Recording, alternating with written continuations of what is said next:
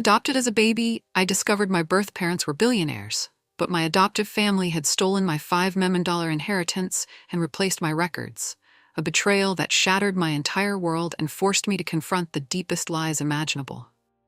The truth, when it finally unraveled, wasn't just about money. It was about a stolen identity, a fabricated past, and the agonizing realization that the love I'd always cherished was built on a foundation of meticulously crafted deceit, leaving me gasping for air in the sudden, chilling void, my very existence feeling like a carefully constructed lie. My name is Dr. Isabella Rossi, and at 36, my life in Boston was a tapestry woven with dedication and purpose. I was a pediatrician, my days filled with the bright, sometimes challenging energy of children. My office, a cheerful space filled with colorful drawings and the scent of antiseptic, mingled with the faint sweetness of children's cough syrup, was my sanctuary. I believed in healing, in protecting the vulnerable, a calling that felt deeply personal, perhaps an unconscious echo of my own early life, a quiet dedication to ensuring other children knew safety and truth. I had always known I was adopted as an infant. My adoptive parents, the Rossis, a middle-class couple now in their 60s, had always painted a picture of a difficult adoption, a narrative carefully constructed over decades. My birth parents were struggling, young, unable to care for me, and had made the loving, heartbreaking choice to give me a better life. It was a story I'd clung to, a comforting framework for my origins, fostering a deep gratitude that shaped my view of family and commitment, cementing my loyalty to the people who had given me everything. My childhood, in retrospect, had been comfortable, not lavish, but never wanting. Our small suburban home always smelled of Mrs. Rossi's homemade pasta sauce on Sundays and Mr. Rossi's pipe tobacco, an earthy, comforting aroma that still evokes a pang of bittersweet nostalgia. They had provided, in every tangible way, a loving home. They were proud of my academic achievements, my journey through medical school, my dedication to my young patients, their eyes shining with an almost proprietary pride. I saw them as my parents, unequivocally, the people who had raised me, taught me right from wrong, and celebrated my successes, believing completely in the bond we shared. Yet, beneath the surface of this seemingly idyllic upbringing, there had always been a subtle undercurrent, a vague sense of unspoken expectations, a quiet demand for gratitude that felt like a tether, subtly binding me to them. They seemed to always have enough, more than middle class should logically allow for, without ever talking about money. New cars appeared with surprising regularity. Vacations were taken to destinations that felt a little beyond our apparent means. Cruises to the Caribbean, ski trips to Aspen.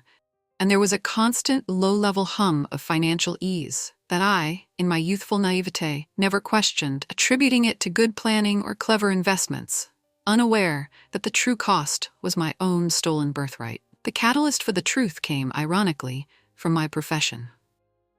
In early 2024, I was faced with a complex patient case, a young girl battling a rare genetic disorder.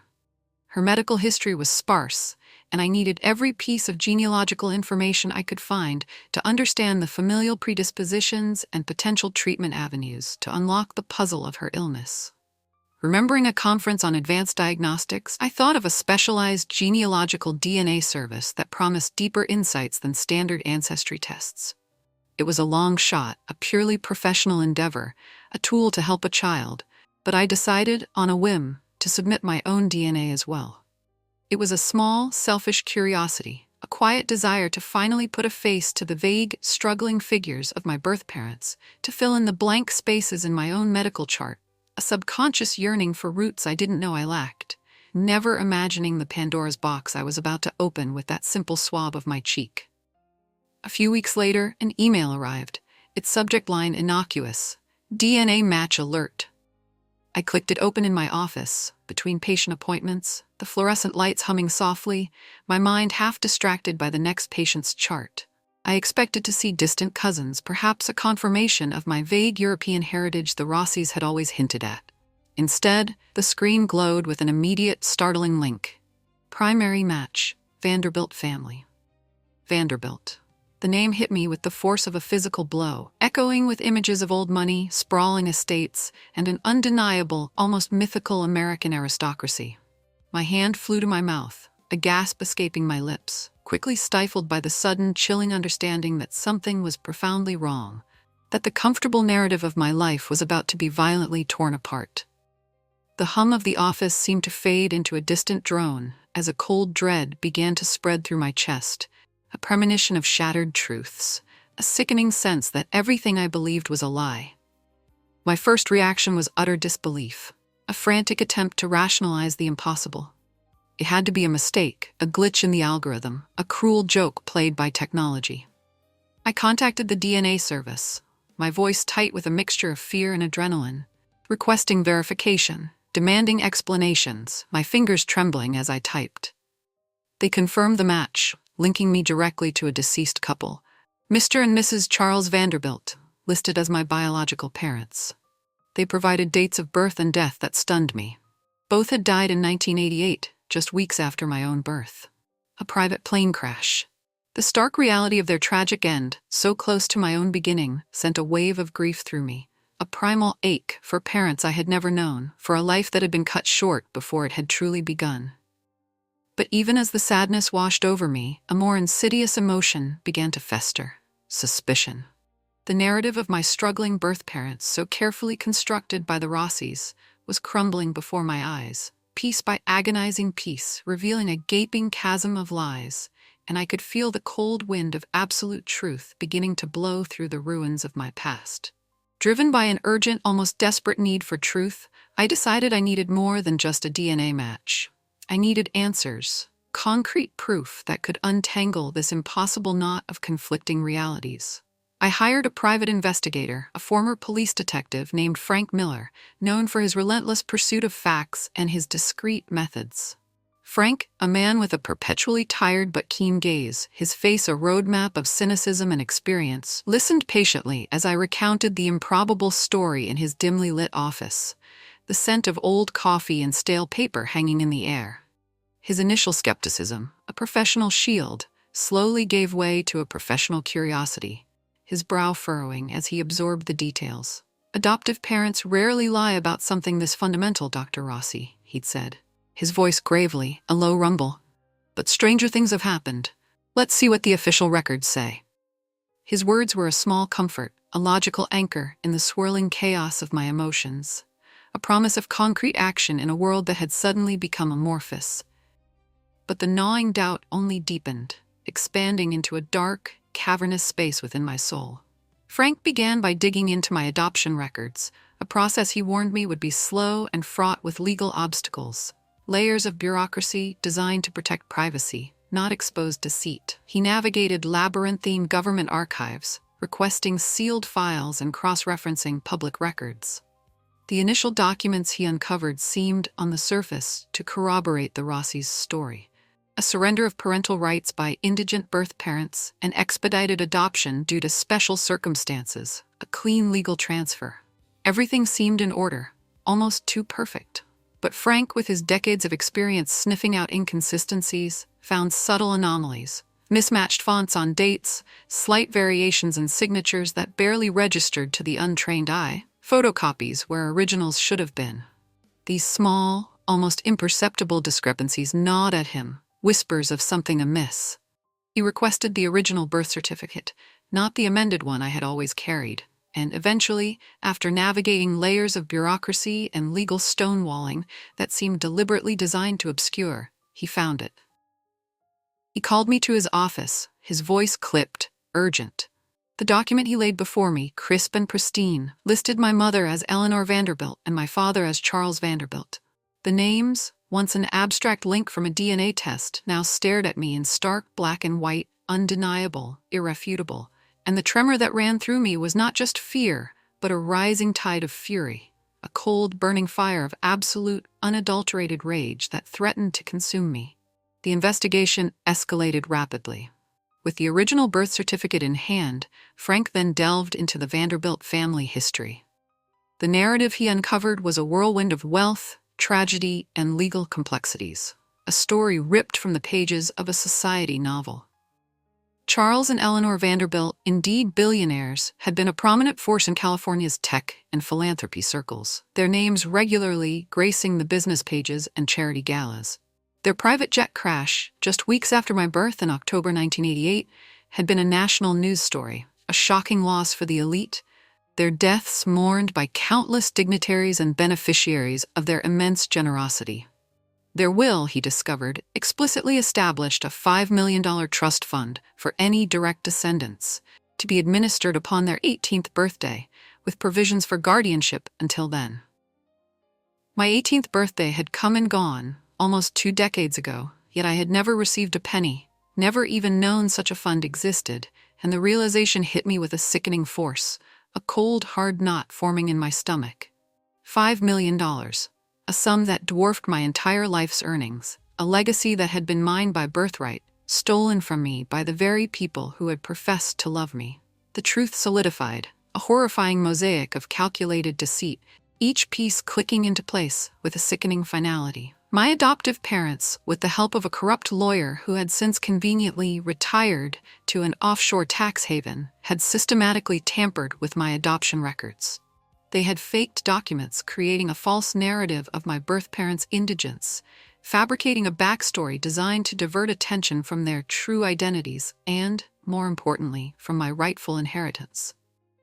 They had illegally diverted my $5 million trust fund into their own accounts, year after year for decades, using it to fund an extravagant lifestyle that had always felt just a little too comfortable for a middle-class couple. The new cars, the exotic vacations, the easy financial hum, the subtle superiority in their demeanor, it all clicked into place, grotesque pieces of a puzzle revealing a monstrous portrait of avarice, their love exposed as a transaction. 36 years. 36 years of living a lie, of being unknowingly robbed by the very people who claimed to love me, who had celebrated my every milestone, and the profound betrayal twisted in my gut, a pain so sharp it almost brought me to my knees. I wasn't just adopted.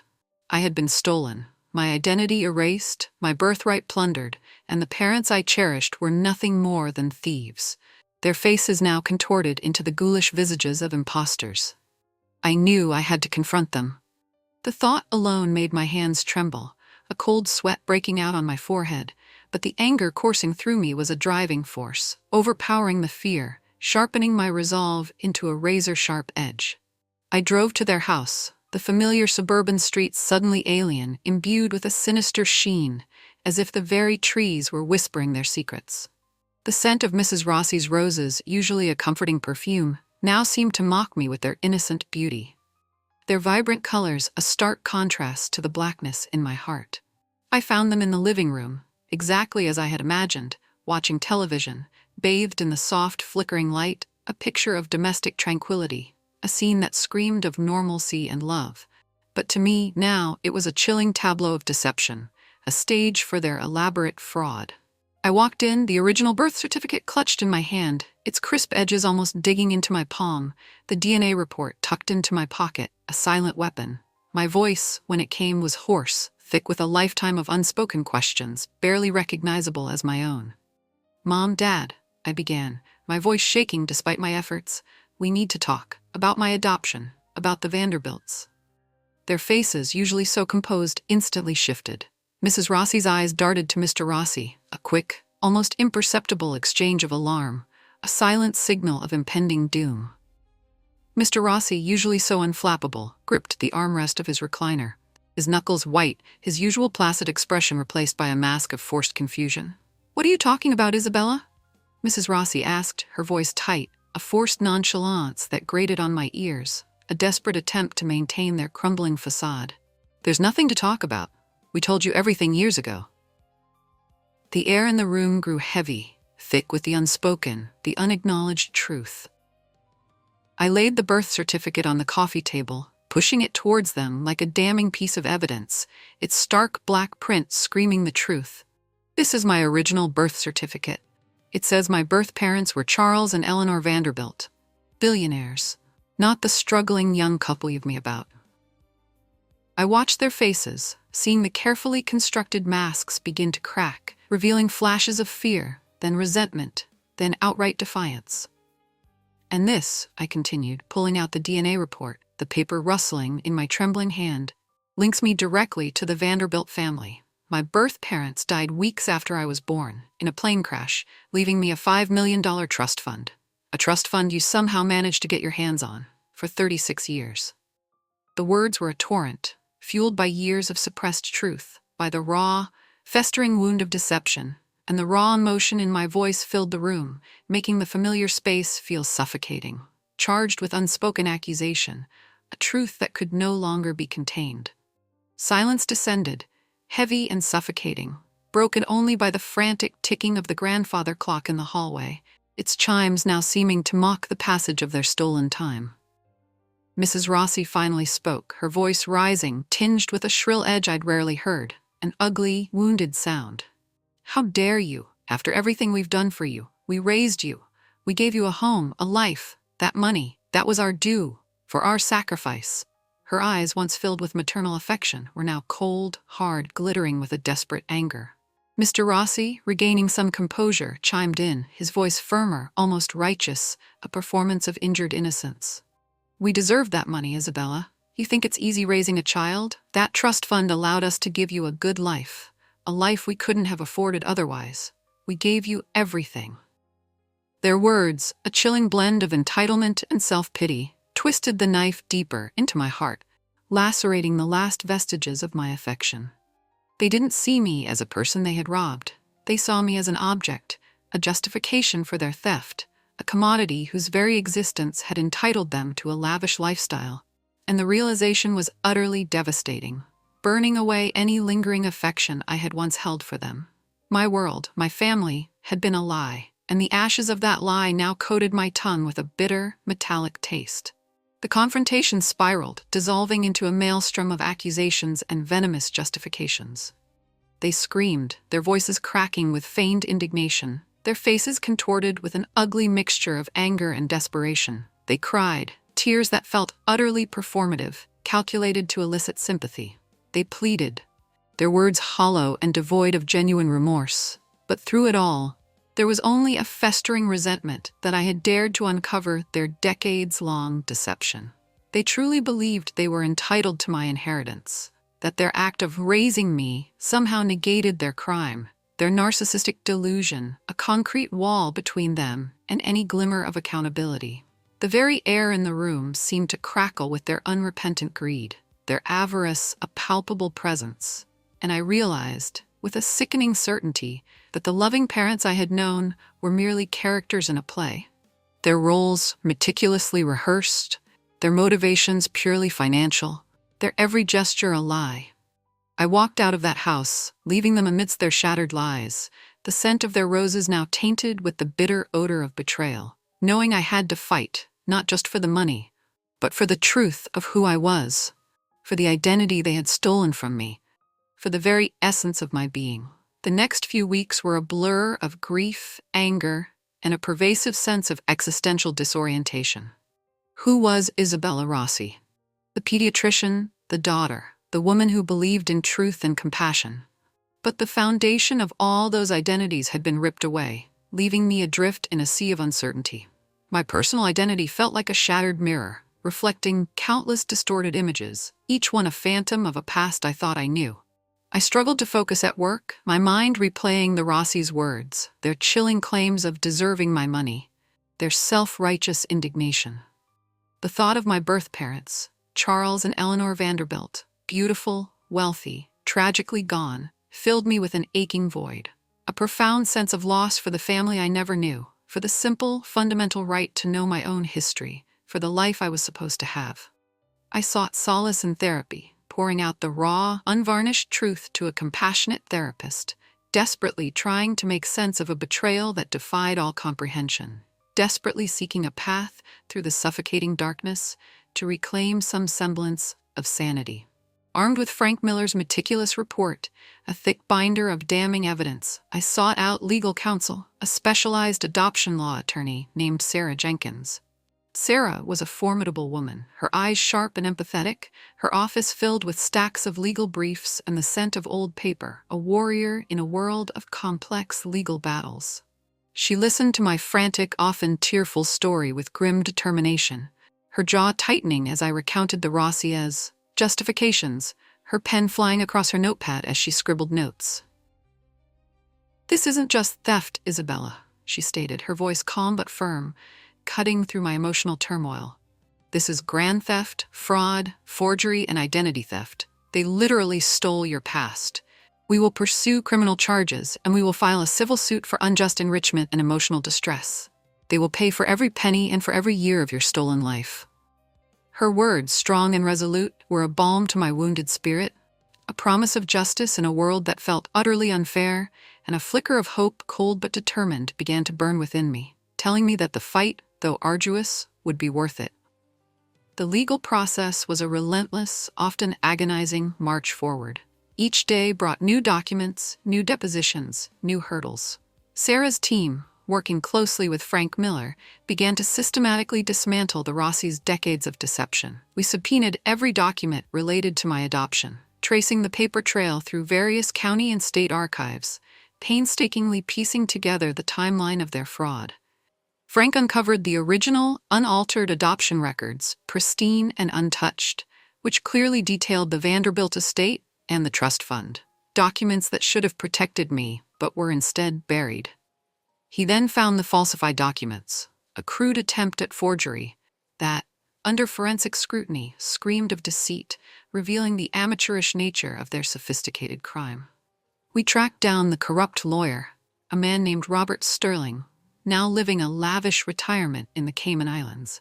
Faced with extradition threats and the prospect of losing his carefully built illicit fortune, he reluctantly provided sworn testimony, detailing how the Rossis had paid him handsomely to tamper with the records, to create the illusion of an indigent birth family, to facilitate the illegal diversion of my funds. His confession, cold and transactional, was another stab of pain, revealing the extent of the premeditation, the calculated malice of my adoptive parents, transforming them from beloved figures into cold, calculating criminals. Forensic accountants meticulously audited the Rossi family's finances, tracing the flow of millions from the Vanderbilt Trust Fund into their personal accounts, their investments, their middle-class lifestyle. The numbers didn't lie. They showed consistent, large deposits, far beyond what their declared income could justify, correlating precisely with the years the trust fund should have been accumulating. We even found records of their property purchases, their vacation expenses, their children's tuition payments, all privately funded by my stolen inheritance, a grotesque catalog of their avarice, each line item a testament to their betrayal. We also obtained testimony from the Vanderbilt family's estate lawyer, an elderly, sharp-witted man named Mr. Harrington, who admitted he had always harbored suspicions about my adoption, especially when the designated trust funds vanished, but had been unable to penetrate the legal labyrinth the Rossis and Sterling had constructed. His sense of relief that the truth was finally coming out after decades of nagging doubt was palpable, and his willingness to testify would be invaluable, adding another layer of credibility to our case. The Rossis, predictably, resisted at every turn.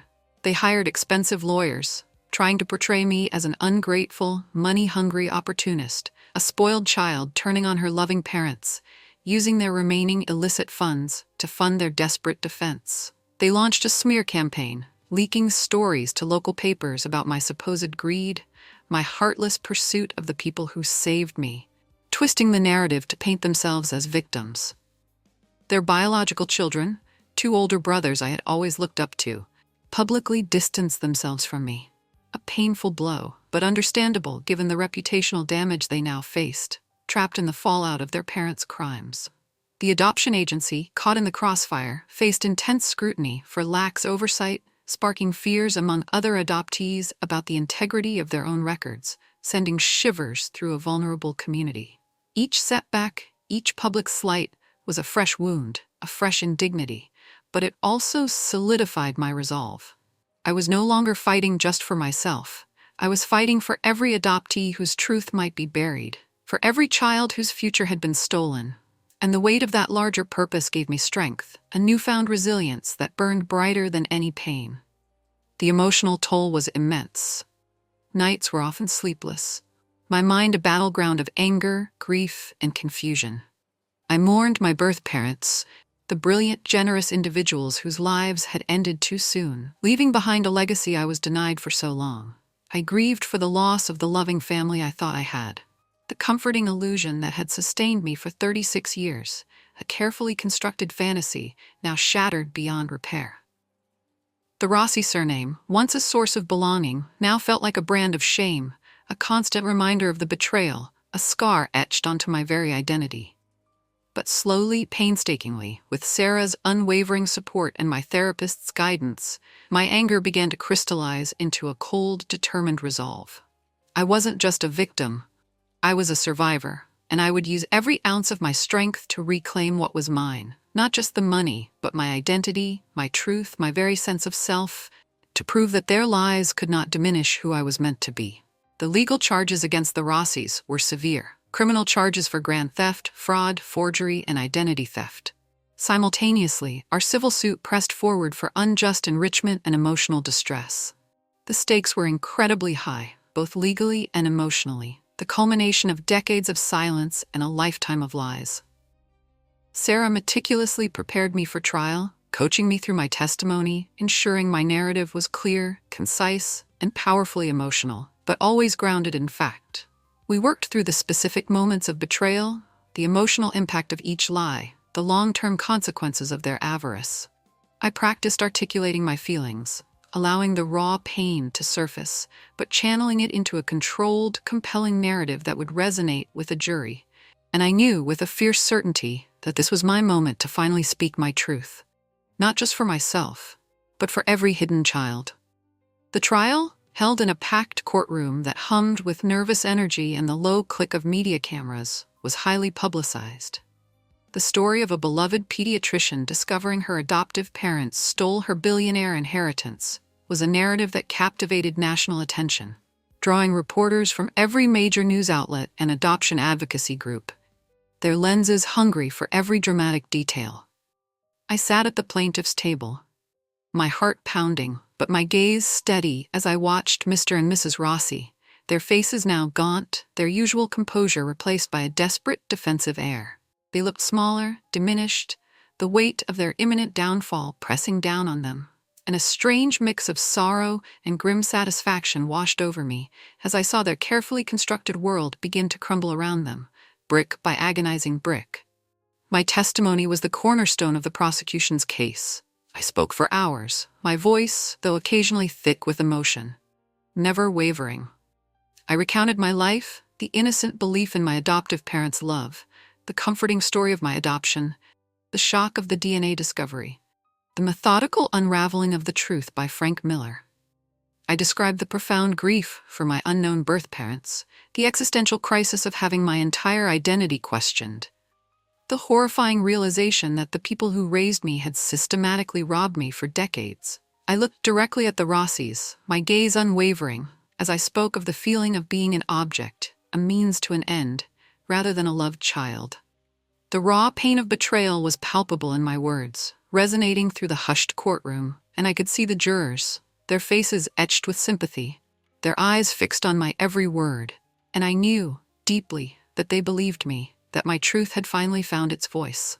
Following my testimony, Frank Miller took the stand, his voice measured and authoritative, as he walked the jury through the labyrinthine paper trail of deceit. He presented the original birth certificate, the falsified adoption documents, the chilling confession from the corrupt lawyer. Then the forensic genealogist provided expert testimony, explaining the undeniable genetic link to the Vanderbilts, erasing any doubt about my true parentage. Mr. Harrington, the Vanderbilt estate lawyer, recounted his long-held suspicions and the impenetrable legal wall he had faced, his voice carrying the weight of years of unanswered questions. And finally, the forensic accountant laid bare the Rossi's financial records, displaying charts and graphs that unequivocally showed the millions flowing from my trust fund into their accounts, a damning visual representation of their avarice, leaving no room for doubt about their guilt. The truth, now undeniable, laid bare for all to see. The Rossi's defense was weak, desperate, and ultimately self-destructive. They continued to cling to their narrative of deserved compensation for raising me, their voices filled with indignant self-pity, their unrepentant stance only serving to alienate the jury. They tried to paint me as an ungrateful child, consumed by greed, but their claims rang hollow against the mountain of evidence, against the raw, honest emotion of my testimony. Their lawyers attempted to cast doubt on the DNA evidence, on the chain of custody for documents, but each attempt was deftly countered by Sarah Jenkins, who shredded their arguments with precision and unwavering confidence, leaving their defense in tatters. The courtroom held its breath, the tension thick and palpable, as the closing arguments brought the weight of 36 years of lies crashing down, a slow, agonizing descent into their deserved fate. After a tense, 3-day deliberation, the jury returned its verdict. My heart hammered against my ribs, a frantic drumbeat against the silence of the courtroom. Guilty. Both Mr. and Mrs. Rossi were found guilty on all criminal counts: grand theft, fraud, forgery, and identity theft. A wave of profound relief washed over me, a physical lightness after years of crushing weight, and I closed my eyes for a brief moment, tears streaming silently down my face, tasting salty and warm on my lips, knowing that justice finally was being served, that their lies had finally come undone. The sentencing was equally resolute. Mr. and Mrs. Rossi were each sentenced to 5 years in state prison, their comfortable lives shattered, replaced by the grim reality of incarceration. The judge, his voice firm and unwavering, also ordered them to repay $7 million in restitution, the original $5 million trust fund, plus an estimated $2 million in interest and damages for the emotional distress and financial opportunities I had lost. Their lavish home, their investments, all the assets acquired through my stolen inheritance, were to be seized and liquidated, a stark karmic reversal of fortune, a powerful symbol of their downfall. The sight of them, led away in handcuffs, their faces devoid of their former composure, filled me not with triumph, but with a quiet, profound sadness for the wasted lives, for the irreparable damage they had inflicted, and for the hollow victory that came at the cost of a lifetime of deception. The story garnered national attention, becoming a cautionary tale for adoption advocacy groups and a rallying cry for reform. I was interviewed by major news outlets, my face no longer just that of a pediatrician, but a leading voice for adoptee rights, my voice carrying the weight of a painful truth. My personal nightmare, exposed to the world, sparked a crucial conversation about systemic vulnerabilities in adoption processes, about the desperate need for stricter oversight and unwavering transparency. The $7 million recovered from the Rossi's liquidated assets was returned to my name, a significant sum that felt less like a windfall and more like a heavy responsibility, a trust I was determined to honor, to transform into something good.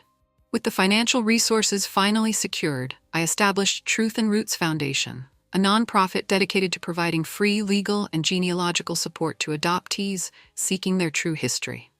We built a network of legal experts, private investigators, and forensic genealogists, offering a lifeline to others who, like me, felt lost in a labyrinth of obscured origins, providing the tools and support they needed to reclaim their own narratives. We advocated tirelessly for stricter oversight and transparency in adoption laws nationwide, pushing for legislation that would prevent such egregious betrayals from ever happening again, that would ensure every adoptee had the fundamental right to know their identity, their full story, their medical history, their cultural heritage. I traveled the country, speaking at conferences, sharing my story, transforming my pain into purpose, reminding everyone that truth, however buried, always finds a way to surface, always demands to be heard. The name Rossi no longer felt like a brand of shame. It became a testament to resilience, a symbol of the hard-won battle for truth, a quiet strength I carried with pride. I still practice pediatrics, my commitment to healing children stronger than ever, my empathy deepened by my own journey through profound pain, my understanding of vulnerability more acute.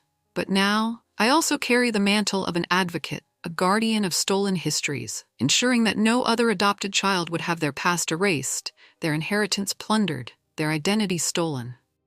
The knowledge of Charles and Eleanor Vanderbilt, my birth parents, now felt less like a wound and more like an embrace, a connection to a lineage of ambition and generosity that I could finally, truly claim as my own.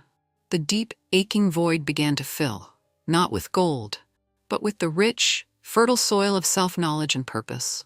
My own roots, once severed and buried beneath a mountain of lies, had finally found their way back to the light, anchoring me in a truth that was at last truly beautifully mine. And with it, a future built on honesty, integrity, and the enduring power of a story finally told.